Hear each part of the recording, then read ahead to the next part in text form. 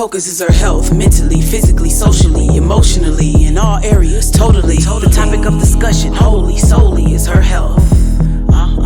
Hey lady, yeah. We taking time out today to talk about our health, our health, our health, our health, our health, our health. Hey lady, yeah. Come on. Taking care of yourself, now that's true wealth. True wealth, true wealth, true wealth, true wealth. Her health matters. Her health matters. Yeah. Her health matters. Yeah. Dr. Safiyya Shabazz.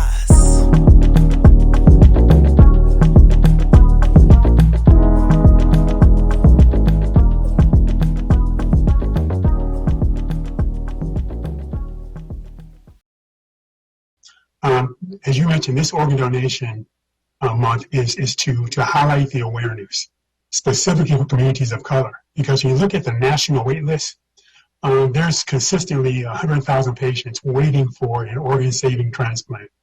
Now, specifically here in Pennsylvania, there are about 5,000 folks waiting. But when you look at those numbers, both 100,000 nationally, 5,000 locally, minorities are underrepresented as registered donors.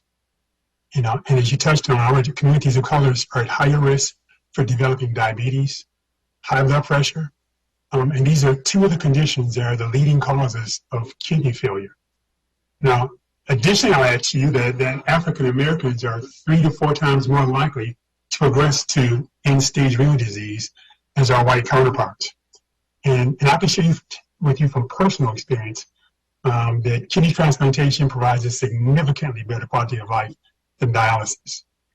So as you touched on also, this venue today is to kind of help us educate and dispel misconceptions about the organ donation process, but also to talk about the historical mistrust of the healthcare system. So when you look at the myths, the misconceptions, the mistrust, those are some of the barriers causing hesitation with people of color regarding organ donation. But the bottom line is this. We need diversity in donation. We need diversity in donation. That helps identify the most compatible blood types. It also helps identify the tissue types. And when you can compare the tissue types, blood types, that gives you a better chance of having better healthcare outcomes and also shorter wait times. Now, how do you find out more about this? I'll give you one point now is that if you go to donorsone.org, that can be a starting point to learn more and more about the organ donation process and what I've gone through also. And when you say Donors One, is that O-N-E or Donors One, the number? Donors One the number. Donors One the number.org. Okay, thank you so much.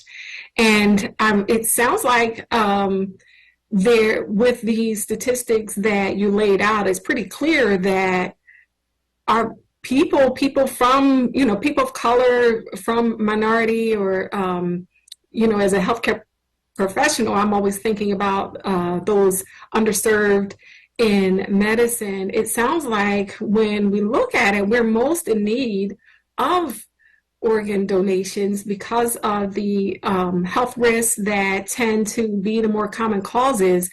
And you touched on some of the work, or in that, can you give us a little bit more information about some of what's being done locally and on a national level to try to, improve this mismatch between those in need and those who actually receive organ donations? Sure, I would love to. In fact, I can say with great pride, I'll use that term, that I'm involved in a lot of these initiatives locally because once I received my organ transplant, it dawned on me that the message needs to be clarified. The message needs to be spread further and wide.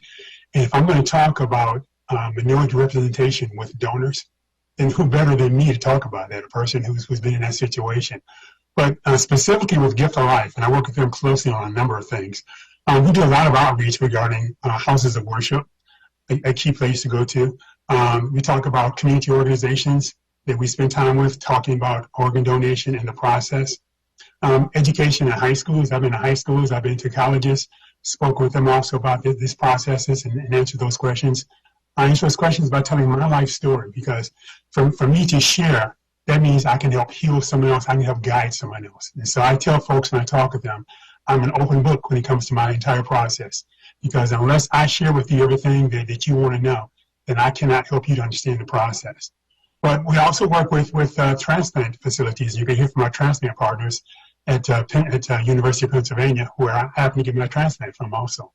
But then there's the National Observances, what we just talked about, National Donor Awareness Month.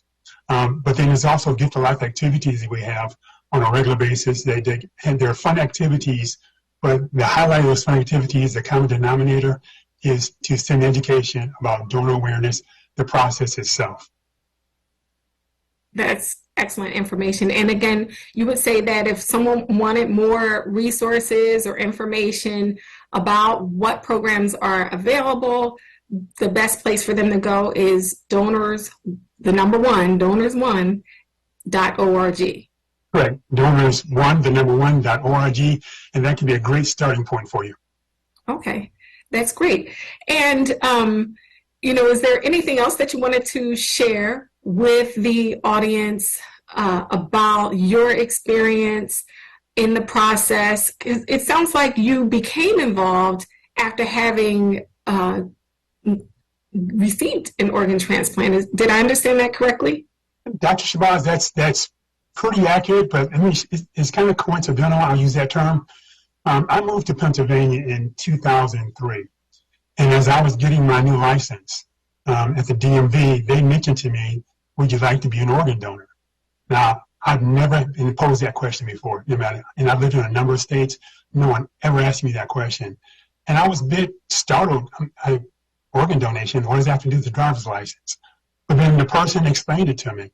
And I have to tell you, I immediately said yes. Because my initial thought was that when my time comes to leave this earth, if I can do something good for someone else, what better way to do that than sharing an organ or a tissue that they can use to sustain their life? The interesting thing about that was 2003. 2013, I needed a kidney.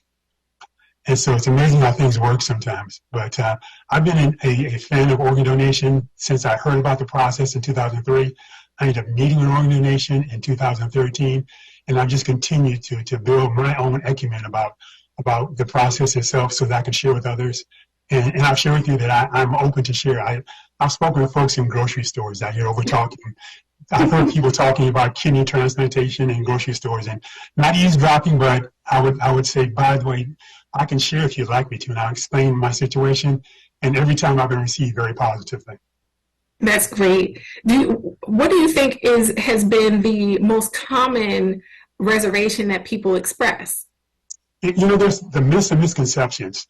There are a lot of concern that people say, if I get registered to be an organ donor and I'm in an accident or an injury or serious injury, they're going to just automatically just try to save my body for organ donation, but not try to save my life. That's totally incorrect. First of all, medical personnel are not focused on what's on your driver's license. Their job is focused on saving you and your life. Okay? That driver's license thing doesn't get looked at until way down the road. That's not the focal point. Another thing that I hear people say a lot is that I'm not healthy enough to donate my organs. Again, I would say to anyone that says this to me, let the medical professionals make that decision. You'd be surprised on how much this human body contains that can be used to sustain life for someone else. So let the medical professionals take that upon themselves. And if you make that offer, they'll take you up on it, and they'll do their best they can to make sure someone else has life-sustaining measures because of you. Well, thank you so much for sharing that and, taking it headlong. Addressing what, people think loudly and maybe feel a little bit shy to say. So thank you so much for coming on the show and for sharing your personal journey and the information and statistics and resources so that people can learn more by going to donors1.org. Thank you so much. Once again, this is the Her Health Matters radio show where we focus on uplifting health and wellness in the African American woman. You are listening to us live on WURD 900 AM and 96.1 FM. And you can also catch our live stream on Facebook at Community Hero PA. You can call in. We want to hear from you by calling in at 215-634-8065 or toll free 866-361-0900. Or, of course, you can leave your responses on our Facebook page at Community Hero PA. Let us know. What are your thoughts about today's topic? Have you thought about becoming an organ donor, or have you been the recipient of an organ donor? Why have you thought about this? Why have you not thought about it? We want to hear from you and have an open discussion about it. So thank you for that. Let's now turn our attention to our other guests we have representing Penn Medicine. We have Renee Westmoreland, Manager of Clinical Operations, Kidney and Pancreas Transplant from the University of Pennsylvania, and Ashley Aloba, Living Donor Transplant Coordinator also from the University of Pennsylvania. Good afternoon, Renee and Ashley. Welcome to the Her Health Matters radio show. It's nice to meet you both. Thank you for joining us. Could you walk us through the process of how one finds a suitable kidney donor and how a person is matched with a donor is matched with a recipient at the Penn Transplant Institute? Sure. Good afternoon. Thank you for having us. So one of the biggest things that I tell potential donors and recipients looking for donors is that when you're looking for a donor, it requires a level of vulnerability. And I think in the African American community, we are not well versed in being vulnerable about our health conditions and, the things that we may need from other people. So, it's the biggest thing is sharing your story, getting in front of people. And it doesn't even have to be you as the recipient who shares that story. It could be you, your family members. You'd be surprised about the way that donors come to us. They see flyers in a pizza shop or a Wawa, but it really does require you being able to speak up and just tell people the need that you have, because you'd be surprised about the kind things that people are willing to do. And then when it comes to matching, I want to dispel that, because at the Penn Center for Living Donation, matching doesn't matter. You don't have to be the same blood type as the person you're intending to donate to. What really is important. Yeah, right. What really is required is that, you have a willingness to donate. Of course, there are certain health conditions that we don't want you to come forward with. But generally, as long as you're willing to donate, we can find a way for you as the donor to go and donate your kidney, and then your recipient get a kidney. And we'll get to that later as you ask further questions. But Right, because, I guess I would want to add a point of clarification. Let the experts determine what conditions yes. Are the wrong conditions or not compatible. If you're willing, as you said, come forward, and I'm sure there's a comprehensive evaluation process.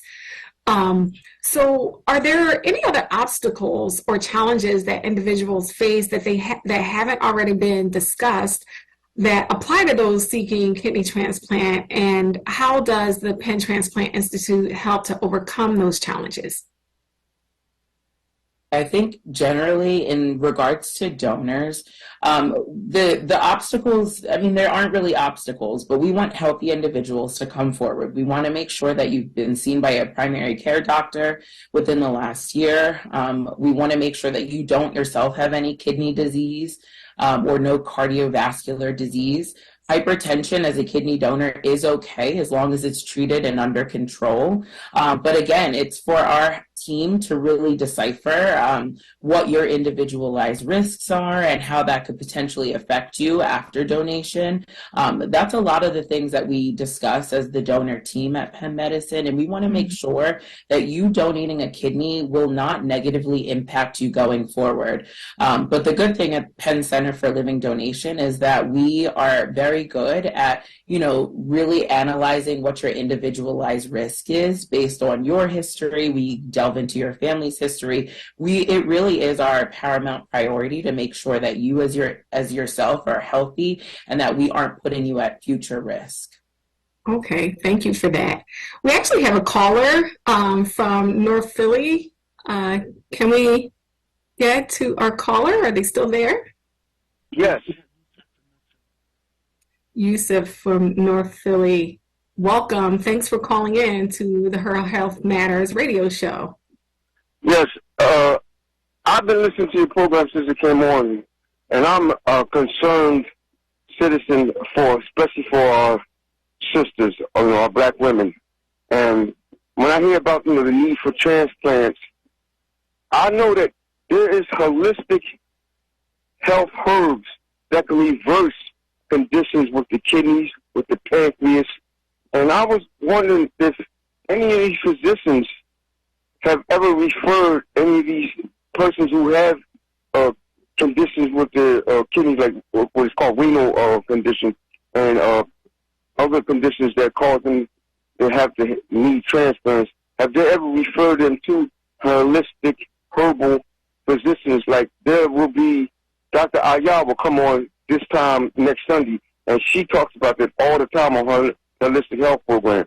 Because I'm very concerned about the health of our sisters, because I see them in wheelchairs, I see them with walkers, and I know that I see them run up and down Broad Street, getting on buses, going to doctor's appointments, and I already know that the reason is because of these health conditions. So, can anybody respond to the need for holistic health so that they can reverse a lot of these conditions? Thank you.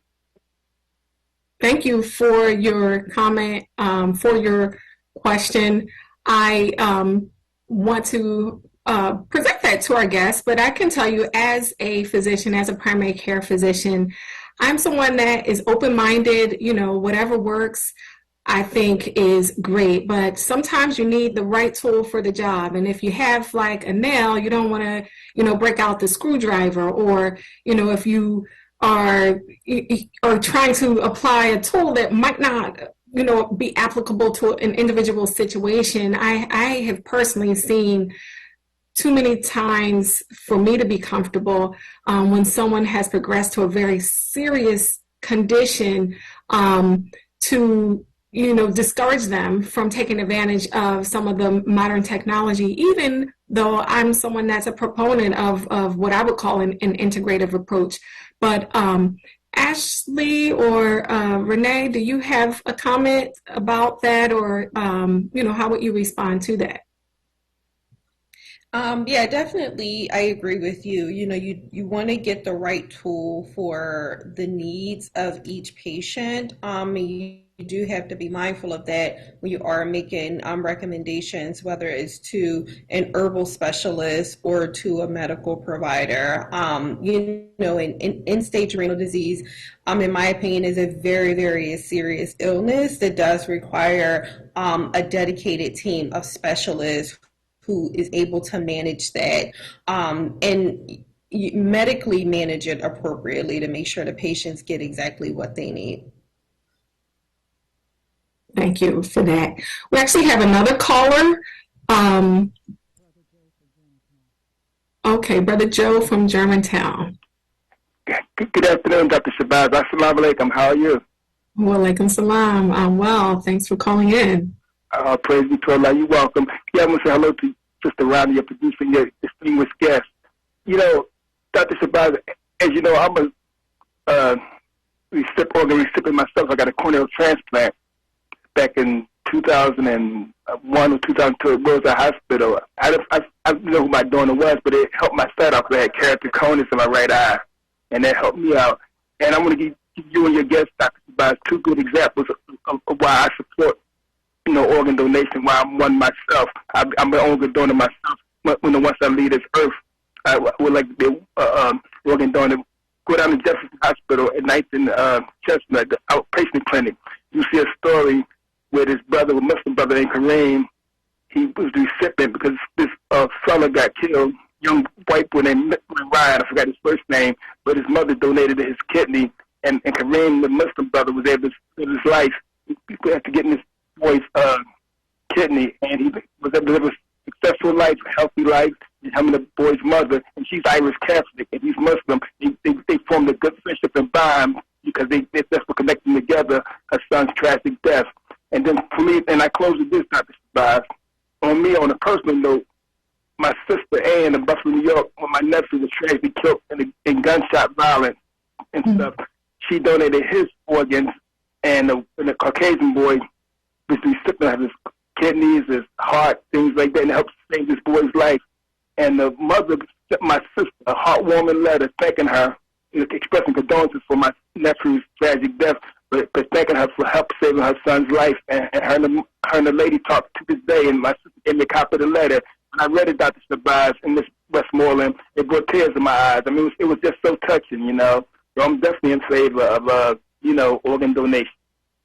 Thank you so much for sharing that story. And what I'm hearing and what you said is that common thread of humanity that connects us all, and how, when in the most trying times, sometimes you can be surprised where your gift, where your blessing is going to come from, and you can find that, these things can unite and bring people together who may be miles away in distance, but miles away in just their personal reality or experiences. So thank you for sharing that beautiful story. And thanks for calling in. I don't want to, for us to run out of time before I have the opportunity to bring on what I'd hoped to, we were running into some technical difficulties, but I think we have Tahira on the line, and I wanted to make sure she had the opportunity to share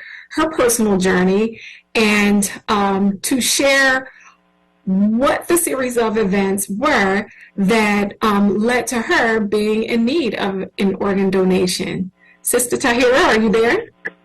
I am here. Peace, everyone. Peace. Thank you so much.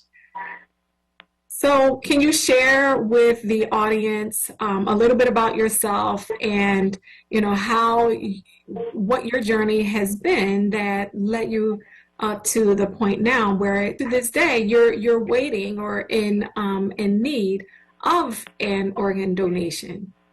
Definitely. So my name is Tahira Muhammad, or Tahira Austin Muhammad. I am the co-founder of Crescent Foundation, and I'm currently the Chief Programming Officer of Crescent Foundation. Much of my background is in clinical research, but in 2016, I gave birth to my daughter, my first child, and my only child to this day. And I had to have a scheduled C-section. And so I had a scheduled C-section. All went well. She was born about 4 weeks early, so she immediately went to the NICU. After maybe a week in the hospital, I went home and I brought my beautiful baby girl home on my birthday. She came home from the NICU on January the 2nd. From then on, I had a lot of fluid at the bottom of my legs. I had a lot of edema. But, when my follow-up appointment to my pregnancy, postpartum, they will always just tell me that it was due to the scheduled C-section. Oh, you had a C-section, that's normal. This continued until 2018 when, I finally had enough. And by this time, I was taking Lasix every day. My daughter was 1 or 1.5. And so in my head, it's like, it's been over a year since I've had my child. To my family, they thought that I was going crazy because my outer appearance, I relatively went back down to my same size, but I know my body. So I can feel the fluid on, my lower extremities. I can press my legs and feel when, it would pit around my calves and just different parts of my lower extremities. So I took it upon myself to just do a Google research, and I literally sat up one night and Googled Black woman nephrologist in Pennsylvania.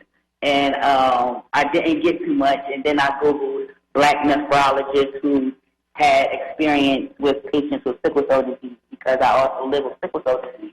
I still didn't get much. So then I Googled nephrologists in Pennsylvania who have interest in sickle cell disease, and I found a woman named Dr. Rebecca Seshashai at Penn Medicine. And so I went onto the site. I scheduled an appointment with her. She accepted, and then on my first visit, she immediately went into scheduling me for labs and a biopsy, a kidney biopsy. And so she scheduled me for the kidney biopsy, and when the results came back, she told me, you're at stage 4 chronic kidney disease. And she was telling me that she did a chart review on me. She went all the way back. She was able to pinpoint when I started spilling protein into my urine. And I started spilling protein. I gave birth on December 23rd. I started spilling protein into my urine on December 24th. My blood pressure was high. My lab, everything was just off. My creatinine, protein in my urine, my albumin, everything you can think of that associates with kidney disease, it was off.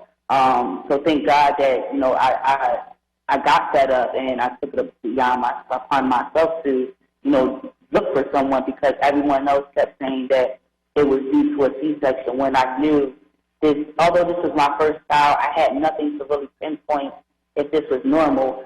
I knew that I shouldn't have over a year of still having fluid on my body. So, right. That's even surprising to me that someone with, the chronic condition that you already mentioned, I would expect that you would be getting more closely monitored than the average woman your age. So I'm glad that you advocated for yourself. Yes, ma'am. So it seemed like during my pregnancy, I was back and forth to the doctor. I feel like they kept throwing out the term, you're high risk because you have sickle cell disease. I felt like every minute they were scheduling me an appointment. But once I had my baby, it felt like no one, I had to call them, like, hey, can I get an appointment to come in because I still have fluid? A nurse coordinator will, walk me through some steps. So lift your feet up, make sure your legs are over your head. The fluid will come down. Are you taking the Lasix? So it was like those type of things where, okay, I'm doing all of this, and this after a year, my baby's walking and talking. Why do I still have fluid on me from a pregnancy that, I've had over a year ago? And if it wasn't for Dr. Seshashai, I probably, wouldn't have gotten diagnosed. And, to be honest, it would have progressed even faster. So he immediately, started me on a regimen of just, I had a relatively good diet, but he, clued me in on what things to stay away from, how can we stretch out, that current prognosis of having stage 4 chronic kidney disease, so that I wouldn't go into end-stage renal so quickly. And she was really honest. That was 2018. She told me, I'm not sure if I can save your kidneys, but I can, we can stretch this out at least another 5 years before you are in end-stage renal. But you are going to need a kidney transplant eventually.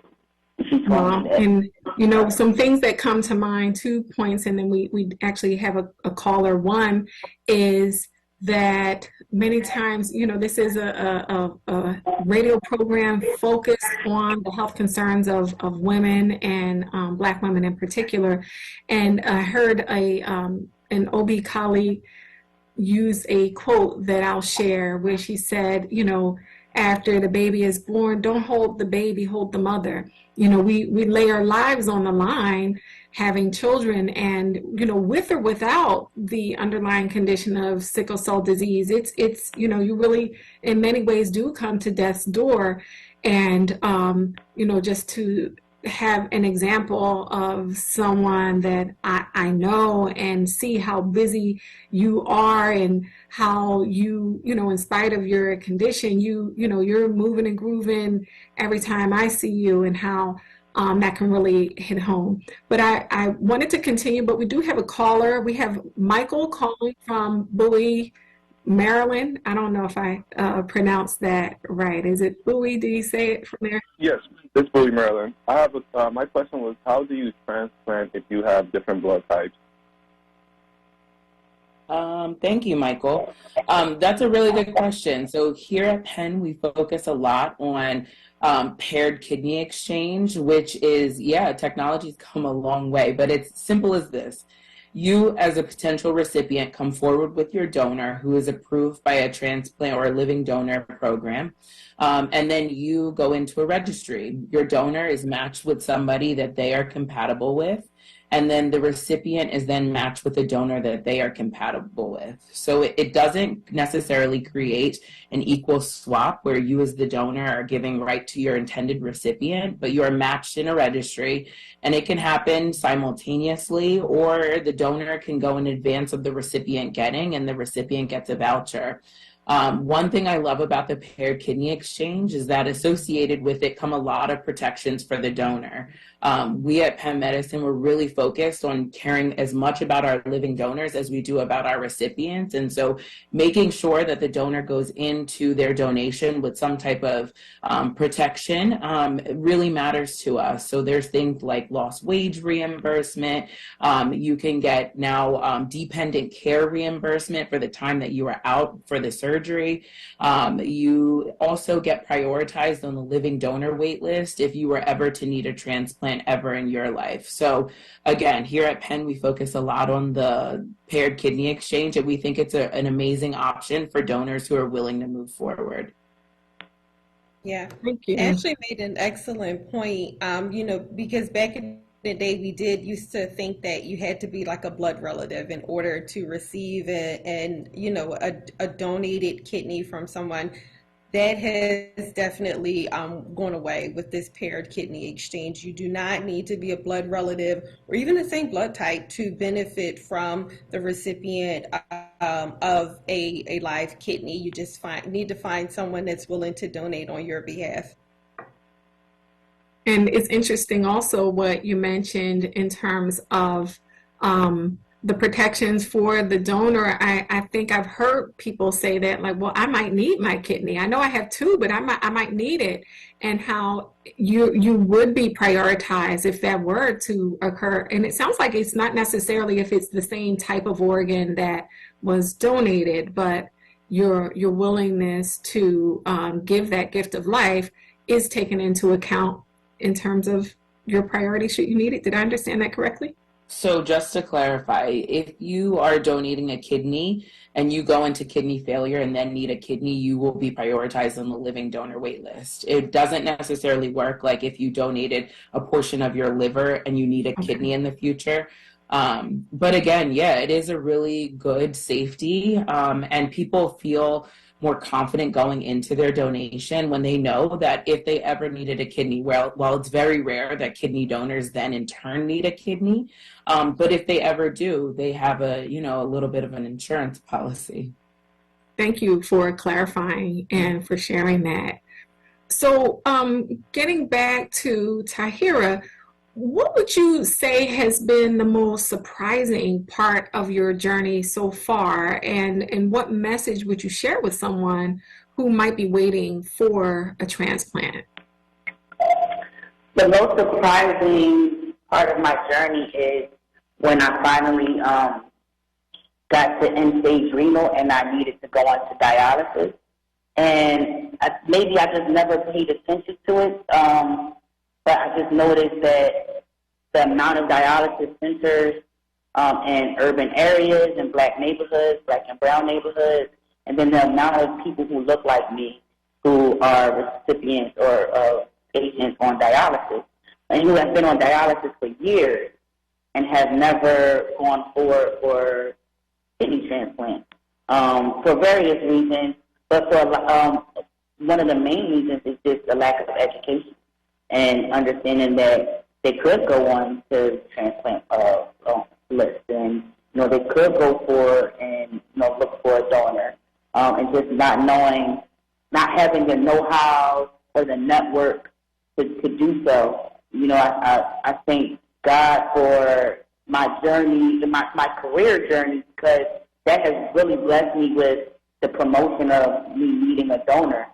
People share my flyer, my link to send medicine for, just to read my story, learn how they can register, to help me. I've had over at least 6 living donors try to be my living donor. Many of them weren't able to get through the evaluation process, but still, I've only been on a transplant list for a year now. So to have that support, means a lot to me, for people just to, get educated about the donor process and be willing to go forward. But seeing so many people on dialysis really just shocked me. I never, you would hear friends or, your older family members like, oh yeah, so-and-so, grandma has dialysis, pop going on dialysis. But to actually be there and see so many, every chair is a Black person. Right. And we can't really, you're dialing in. It's a radio show. There is a Facebook component where people may have the opportunity to see you. But, just to help people kind of encapsulate or crystallize it in their mind, do you mind sharing your age or an age range? Yeah. So I'm 37. But, I don't let what's going on with my health journey stop me from doing the things that I love, my passion. I am a big advocate in the sickle cell community. I have a huge organization that helps people with sickle cell disease, individuals with sickle cell disease and their families who are impacted. We do a lot of great work, and that's what keeps me going, along with having a husband and a 6-year-old daughter. So I don't let it get me down. Was I sad when I got diagnosed with chronic kidney disease and then went into end-stage renal? Of course. I went through my trial of, tears and asking, why did I deserve this? But I quickly got myself together because I knew that my story will inspire others, to one, advocate for yourself at all times, and 2, don't let it keep you down. Right now, my outlook is I'm going to get a kidney. I know I'm going to get a kidney, so that's neither here or there. Right now, I just have to stay focused and stay on the journey. Right. Well, you stay focused and, stay strong. And I'm happy to be able to share this important information, both as someone who knows you personally, but also, just what you said about the impact and the large numbers of Black people who are affected by this. We do have another caller. We have Ms. Yard from Bala Cynwyd. Ms. Yard, are you there? I'm here, yes. Thanks for calling in to Her Health Matters. No problem. I would just like to ask a question in regards to if you have a family member that you're interested in donating to, but you may not be compatible with them, how would a situation like that work? Okay, and I think Ms. Loba or Westmoreland can explain, they'd be better than me about the matching process. And can you repeat your question, Ms. Yard? I missed the end of it. No problem. If you are a potential donor and intending to donate an organ to someone that you love, a family member, but you are not compatible with that person, what would happen in that instance? So we just work up donors as if blood type did not matter. What we focus on during the evaluation is your health and the potential implications of what would happen after you donated a kidney. And then once you are approved, we kind of sit down with the recipient's healthcare team and we go through what are we working with here? We have a donor and we have a recipient in need, and we would put you into the paired kidney exchange, as I mentioned earlier. And then we would figure out a time that works best for the donor and what the recipient's either immediate or not so immediate need is. And we kind of go from from that perspective.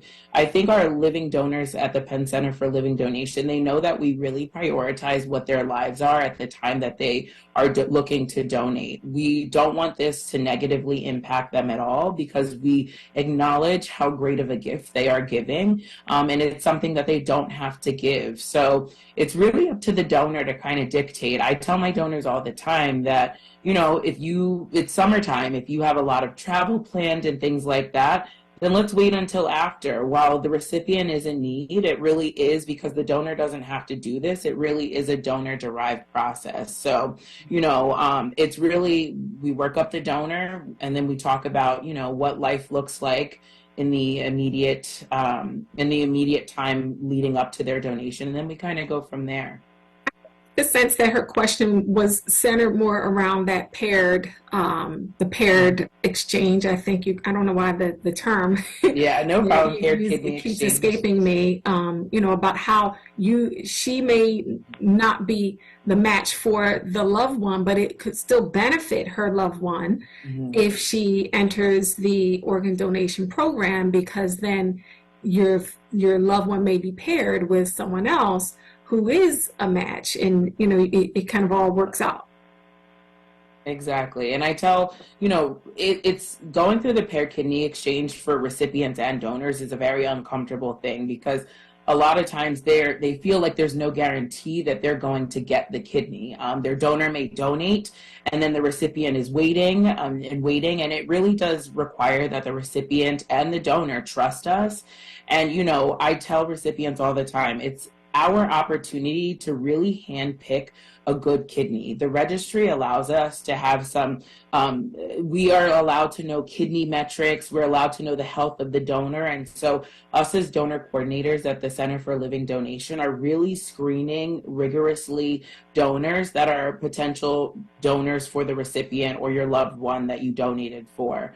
Again, it's an opportunity to really handpick something that fits the recipient, which is why I'm always advocating that recipients, regardless of whether they're compatible with their donor, I feel like there's always an opportunity for us to get even a closer match, which leads to less immunosuppression, the longevity, a longer longevity of the transplanted organ. There's just so much benefit on the donor and the recipient side. And again, it's really all about education and working very closely with your transplant team and getting that information that you need. Did that answer your question, Ms. Sharp? Okay.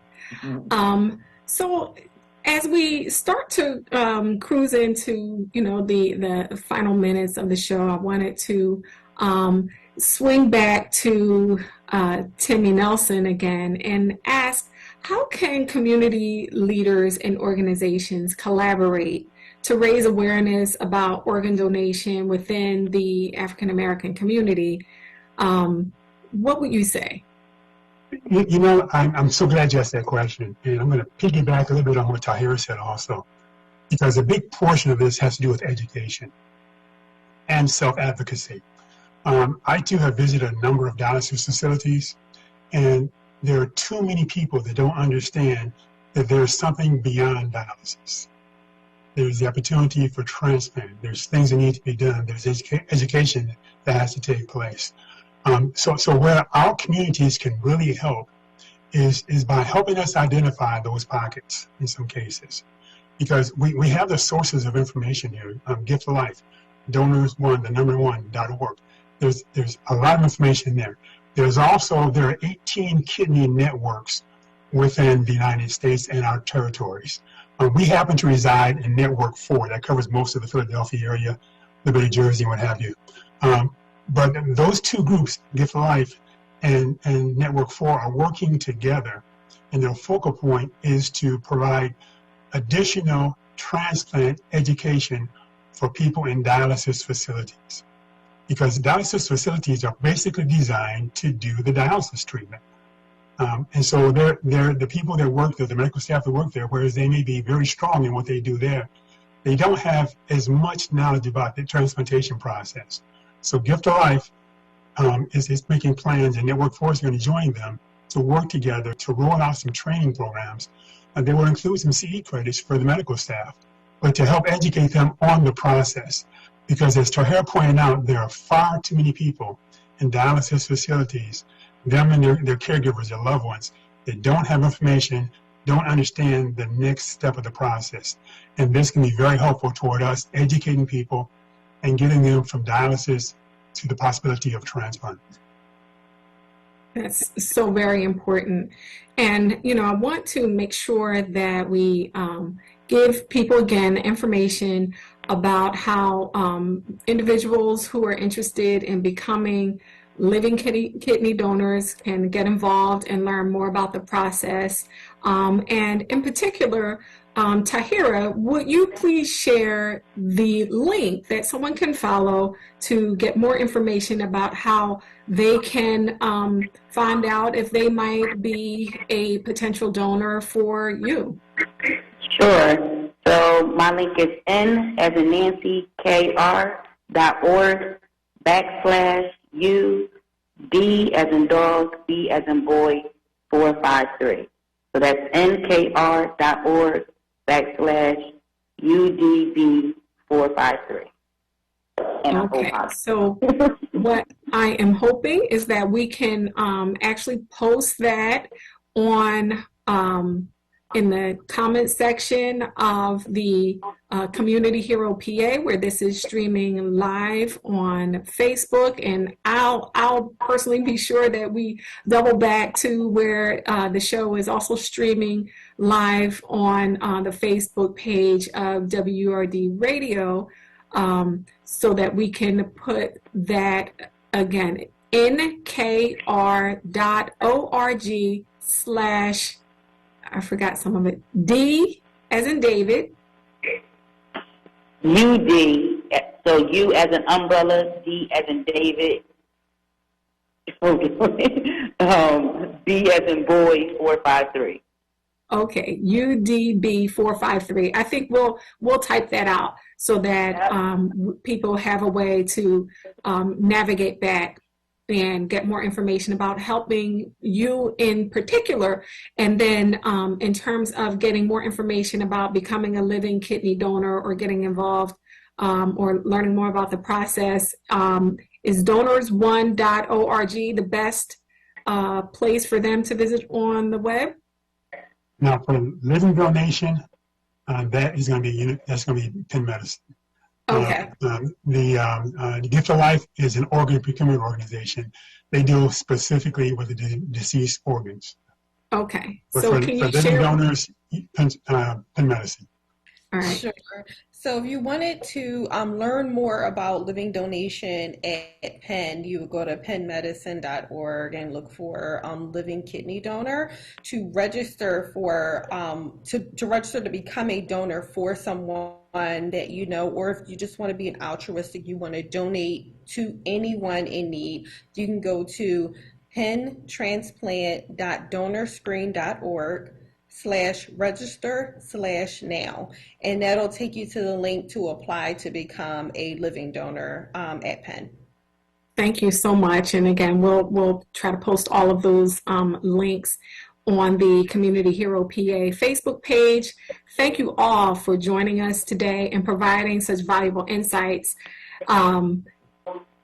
You've given information about how, you know, people can reach out to respective organizations for more information. I feel so good about this conversation, and I know I learned something. I'm sure that our audience has also learned something and understand more about giving the gift of life. Thank you. So, Thank you. Thanks again. Moving on to our Making Moves segment, Health Plan Partners and Community Hero Action Group is hosting a book bag giveaway on August 17th at the Pottstown YMCA located at 724 North Adams Street in Pottstown from 3 to 6 p.m. Again, that's on August 17th. That there's also a night at the zoo with Health Partners Plans. Are we now calling that Jefferson Health Plan? I think we may.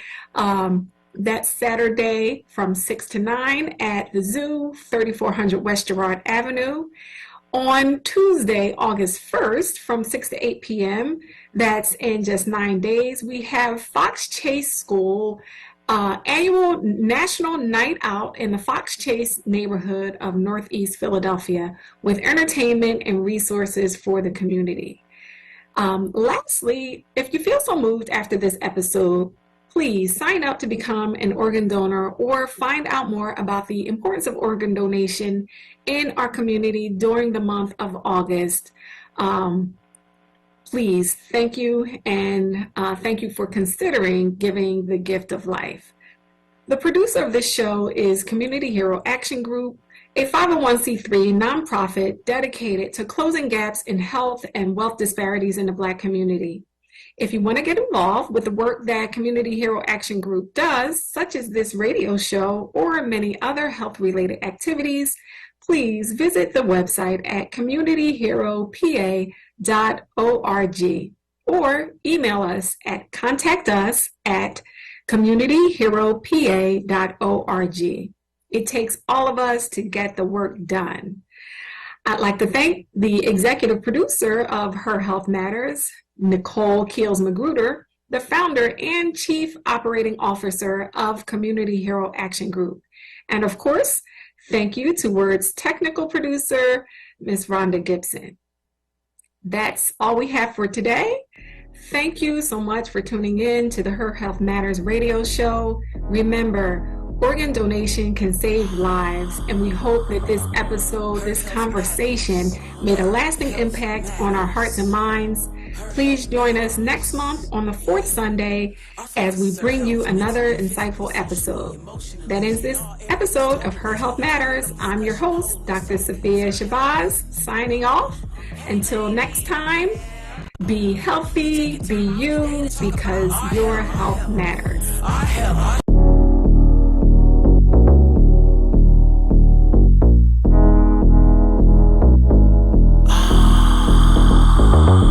Her health matters. Her health matters. Her health matters. Yeah. Our focus is her health, mentally, physically, socially, emotionally, in all areas, totally.